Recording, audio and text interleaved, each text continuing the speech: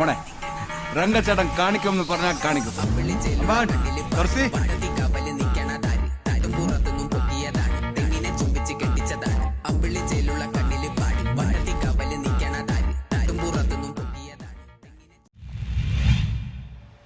Adi Shankara yoga foundation international സെന്ററിന്റെ ആഭിമുഖ്യത്തിൽ യോഗാ ദിനം ആചരിച്ചു.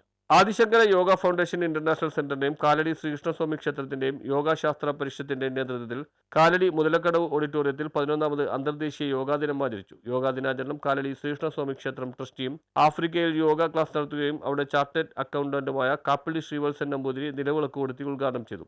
യോഗ പരിശീലനം ആഫ്രിക്കയിലുള്ളവർക്ക് നല്ല മതിപ്പാണെന്നും ഭാരതത്തിലെ ഹിമാലയത്തിൽ നിന്ന് യോഗ പഠിച്ച ആഫ്രിക്കയിൽ ഒത്തിരി യോഗാ സെന്ററുകൾ തുടങ്ങിയിട്ടുണ്ടെന്നും അദ്ദേഹം പറഞ്ഞു. ആൾക്കാർക്ക് പറഞ്ഞു കൊടുക്കുക എന്നുള്ളതല്ല, അങ്ങനെ ഒരു ക്ലാസ് ആയിട്ടോ അല്ലെങ്കിൽ സംഘടനയായിട്ടോ അല്ല, പക്ഷെ വ്യക്തിപരമായിട്ട് ഞാൻ എൻ്റെ വീടിൻ്റെ ഈ പയോത്തെന്ന് പറയും, കുറച്ച് പുല്ല് ഒക്കെ മേഞ്ഞ് ഒരു ചെറിയ ഔട്ട് ഹൗസ് പോലെ ഉണ്ട്.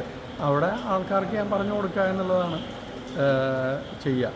അത് ലുമുംബാഷി എന്ന് പറഞ്ഞാൽ ഈ മൈനിങ് സിറ്റിയാണത്. ലോകത്തെ തന്നെ മൈനിങ് സിറ്റിയായിട്ടുള്ള കോൾട്ടാൻ പോലെയുള്ള ഇത് മൈൻ ചെയ്തെടുക്കുന്ന സിറ്റി. കോബോൾട്ട് എന്ന് പറഞ്ഞാൽ നിങ്ങൾക്കറിയില്ല, പക്ഷേ നിങ്ങളുടെ കയ്യിലിരിക്കുന്ന മൊബൈലിലെ ബാറ്ററി മുഴുവൻ.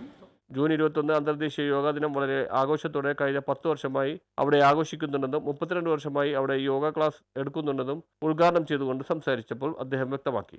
യോഗാ ദിന സമ്മേളനത്തിൽ Adi Shankara foundation chairman TP. George അധ്യക്ഷത വഹിച്ചു. ആചാര്യ യോഗ ട്രെയിനർ ജയപ്രകാശ് യോഗാ ദിന സന്ദേശം നൽകി. തമിഴ്നാട്ടിൽ നിന്നുള്ള യോഗാ ഗുരു ലക്ഷ്മൺ ചന്ദ്രശേഖർ മുഖ്യ പ്രഭാഷണം നടത്തി. ആന്റണി തൊട്ടരിൽ, സൂസി ജോർജ്, റോസി വർഗീസ്, ഇലാക്കിയ ലക്ഷ്മൺ ചന്ദ്രശേഖർ എന്നിവർ ആശംസാ പ്രസംഗം നടത്തി. യോഗ സ്റ്റുഡൻസ് തോമസ് മറ്റപ്പള്ളി കൃതജ്ഞത പറഞ്ഞു. യോഗ സമ്മേളനത്തിന് ശേഷം യോഗ ട്രെയിനിംഗ് ആചാര്യ ജയപ്രകാശ് യോഗ നയിച്ചു. News bureau, Kalady.